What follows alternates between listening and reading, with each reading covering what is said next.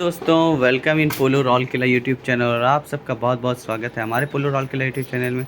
अभी सुबह के 6 बज रहे हैं। हम मम्मी मम्मी उठ चुके हैं। सारा मुर्गा मुर्गी दरबा से निकाल के बाहर रिलीज़ कर दिए हैं और सबको ब्रेकफास्ट भी दे दिए हैं। ब्रेकफास्ट में साग धान चावल दिए हैं। गाइस, इन लोगों को बहुत पसंद है साग। और हमारा आज का चैलेंज है 163। देखिए हमारा मुर्गा मुर्गी कितना बड़ा बड़ा हो गया है।